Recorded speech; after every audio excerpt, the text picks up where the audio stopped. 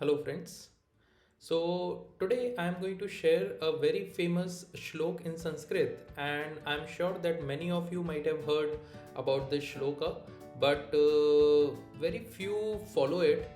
And the shlok goes like this: Kak cheshta bako dhyanam swan nidra tadev cha अल्पाहारी गृह त्यागी विद्यार्थी पंच लक्षणम. So this shlok is mainly for students, and it says that these are the five qualities, and if any student, any vidyarthi have these five qualities, he will be successful in his studies, in his life. Okay, so what are these five qualities which all the students must possess?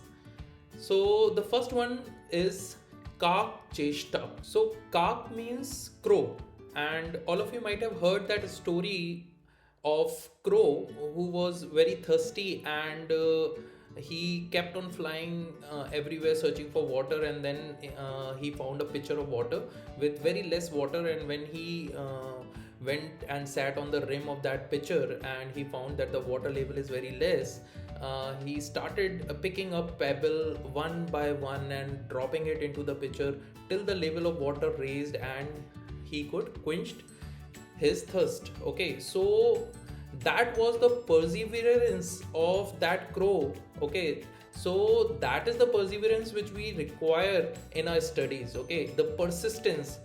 So sometimes we quit in between, and that is something which we should never do. We should always be persistent in our studies, and we should show the perseverance of that crow, like step by step how he picked up the pebbles and kept on doing something which he desired for. Okay, so that is what every student need to do. He has to be persistent in his efforts. Then second, bako dhyanam. Bako is for crane. Okay, so you might have seen crane. Most of these cranes near to the shallow waters of the river, they keep on standing on one foot. Okay, and they are so focused for the fishes which are swimming nearby, and as soon as a fish comes near to that crane, catches that fish. Okay, so that is the focus which we need in our studies. Okay, so when we are studying, when we are student, we require the focus of a crane. Okay, then third one, they say Swan nidra. Swan means dog, and nidra is sleep. Okay, so the sleep of a dog. Now what does that mean, sleep of a dog? So you might have seen dogs when they sleep, they are very alert, isn't it?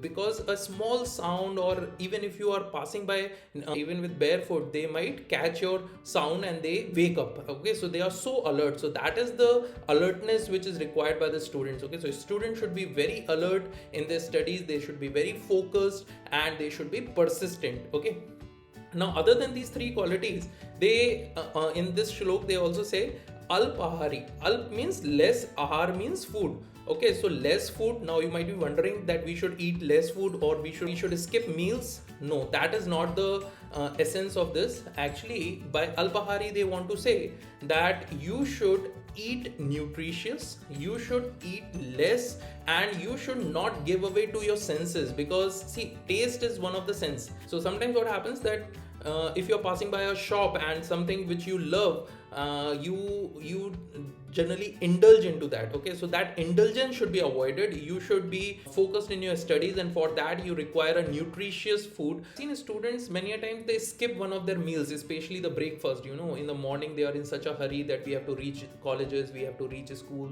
and they skip their breakfast. That is the biggest mistake which they do. So you should not skip any meal. This doesn't mean that you should eat less. Instead, this means that you should eat nutritious, and you should eat in the amount which is required, and not in excess. Because if you keep on eating in excess, what happens that you feel very drowsy after eating it, and there is loss of time and energy and studies. Okay, and the last one, the fifth lesson, they say greh tyagi. Greh means house, and tyagi means to leave. Okay, so to leave house, So don't go for the literal meaning of this. Actually, they want to say that you should leave the comfort of the house. Now, what does that mean, comfort of the house? Because when you are at house, at your home, what happens that you are very comfortable. You have all the entertainment units in your house. You have social media. You have Wi-Fi. You have your mobile phone. You have your television, and you have a nice, comfortable, cozy bed. And many a times you start studying in your study room. Then you move on to the living room, and finally you land up into your bedroom, and then you waste your time, or you just feel very sleepy and just skip the studies. Okay, so that should be avoided. And how to avoid that? There is home away from home, and that is library. Okay, so I would suggest that all the students should go to library regularly, and they should allot a small duration of time, maybe 3 hours, 4 hours, or 5 hours a day, and they should spend that home away from home, that is in library. Okay, so that is what they mean, that grah tyagi, you should leave the comforts of the house. Okay, and once you leave the comforts of the house, you will have more time which you can spend on studies. Okay, so these are five very important lessons from the shloka, and this is very important for all the students. And long back, my father told me the shloka, and I was very impressed with this shloka and the five things, and I try to implement them in my life. And I would suggest that all the students should implement these five things in their life, and I'm sure that you will be successful and you'll achieve anything which you desire for. Okay, so I hope this was helpful. Thank you very much.